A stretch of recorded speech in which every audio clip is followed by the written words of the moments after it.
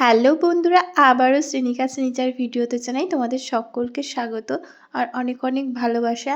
এখানে শুধুমাত্র শ্রেণিকা শ্রেণিজাকে দেখতে পারো না, ওদের ভিডিওগুলোতে আমাদের পরিবারের প্রতিটা সদস্যকেই মোটামুটি তোমাদের সাথে দেখানো হয়। বাড়িতে টুইন বেবি থাকলে যে কি করে সে বিষয়ে কিন্তু তোমাদের কিছুটা ধারণা হয় এই ভিডিওগুলো দেখে।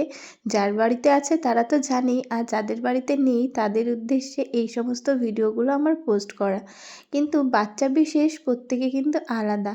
কোনো বাচ্চা দুষ্টু, আবার কোনো বাচ্চা শান্ত। তো শ্রেণিকা শ্রেণিজা কিন্তু মাঝারি পর্যায়ে পড়ে, না খুব দুষ্টু না খুব শান্ত।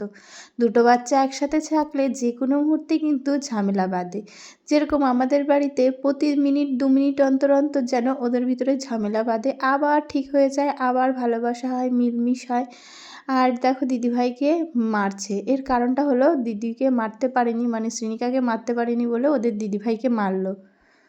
এর মধ্যে রাগারাগি হয়েছিল। আর এটা ছিল পরদিন সকালবেলা। সকালবেলা দেখো পাশের বাড়ির ঠাম্মির দরকার ছিল কালো জিরে, আর সেই জন্য কিন্তু ছোট্ট ছোট্ট মানে নাতনিগুলো ঘরের থেকে কালো জিরে এনে ঠাম্মিকে দিয়ে আবার বাড়ি ফেরত যাচ্ছে জিরেটা নিয়ে। তো তারপরে ওদেরকে স্নান করিয়ে দিলাম, আর স্নান করিয়ে দেখো হাতে হাত মিলিয়ে দাদাভাইয়ের সাথে ছবি আঁকছে। ছবিটা কিন্তু পুরোটা কমপ্লিট হয়নি, কমপ্লিট হতে আরও 1-1.5 দিন লাগবে। কিন্তু এবার মনে হচ্ছে তাড়াতাড়ি হয়ে যাবে। এর কারণটা শ্রেণিকা শ্রেণিজা কিন্তু হাত মিলিয়েছে দাদাভাইয়ের সাথে ছবি আঁকায়।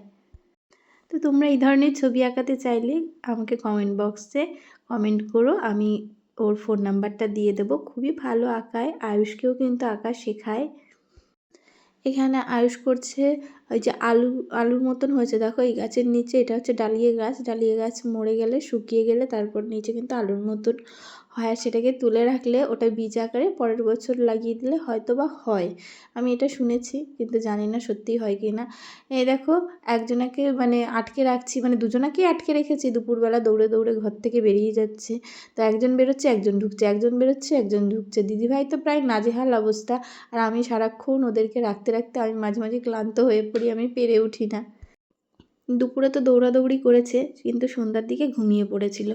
আর সেই ঘুম ওদের ভাঙছেই না। 8টা 8:30 বেজে যাচ্ছে, কিন্তু ওরা উঠছেই না, উঠতেই চাইছে না।